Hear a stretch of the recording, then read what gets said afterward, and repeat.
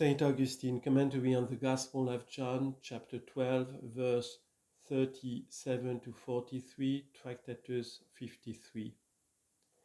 When our Lord Christ, foretelling his own passion and the fruitfulness of his death in being lifted up on the cross, said that he would draw all things after him, and when the Jews, understanding that he spoke of his death, put to him the question how he could speak of death as awaiting him, when they heard out of the law that Christ abides forever, he exhorted them while they had in them the little light, which had so taught them that Christ was eternal, to walk, to make themselves acquainted with the whole subject, lest they should be overtaken with darkness.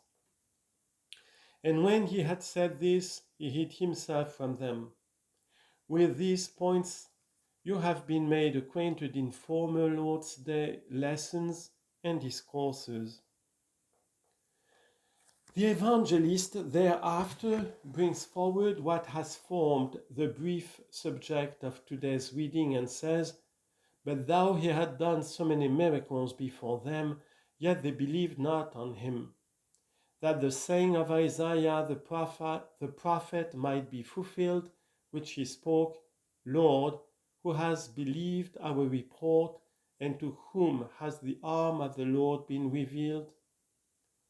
Where he makes it sufficiently plain that the Son of God is himself the arm of the Lord, not that the person of God the Father is determined by the shape of human flesh, and that the Son is attached to him as a member of his body, but because all things were made by him, and therefore he is designated the arm of the Lord.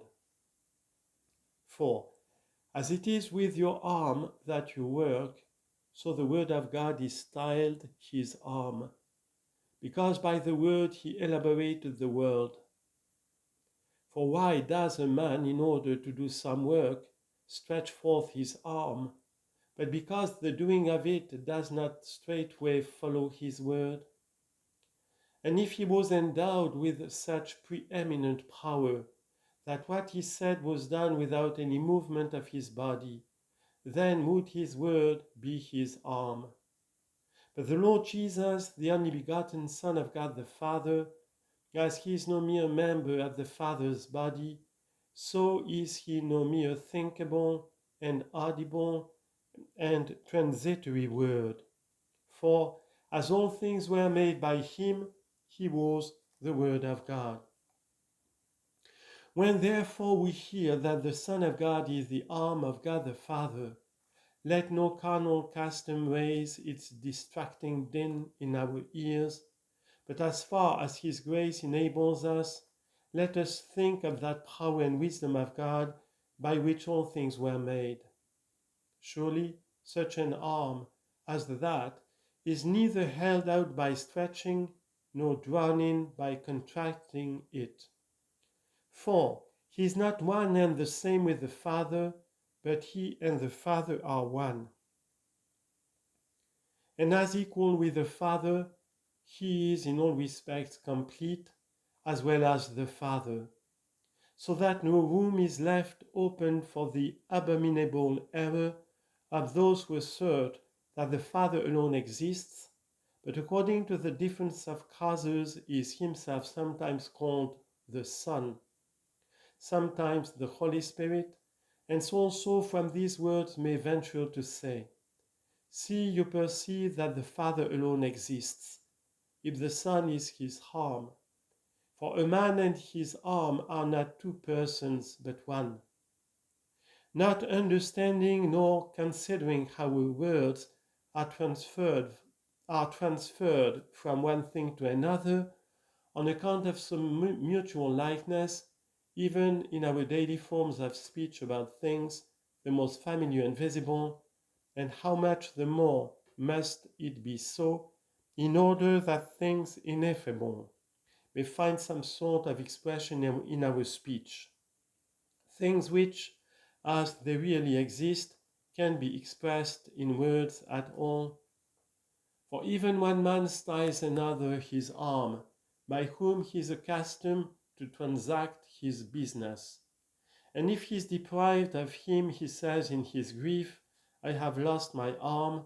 And to him who has taken him away, he says, you have deprived me of my arm.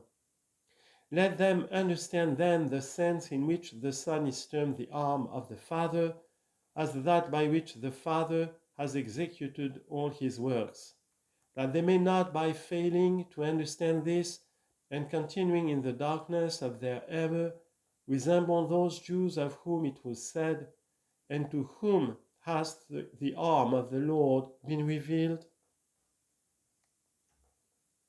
And here we meet with the second question, to treat of which indeed in any adequate manner, to investigate all its mysterious windings and throw them open to the light in a befitting way, I think within the scope neither of my own powers, nor of the shortness of the time, nor of our capacity. Yet as we can't allow ourselves so far to disappoint your expectations as to pass on to other topics without saying something on this, take what we shall be able to offer you, and wherein we fail to satisfy your expectation, ask the increase of him who appointed us to plant and to water, for, as the Apostle says, neither is he that plants anything, nor he that waters, but God that gives the increase. 1 Corinthians chapter 3, verse 7.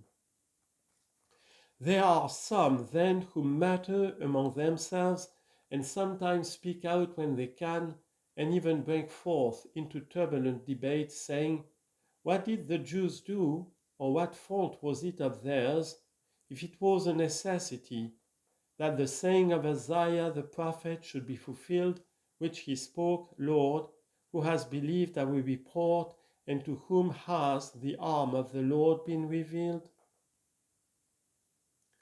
To whom our answer is that the Lord, in his foreknowledge of the future, foretold by the prophet the unbelief of the Jews.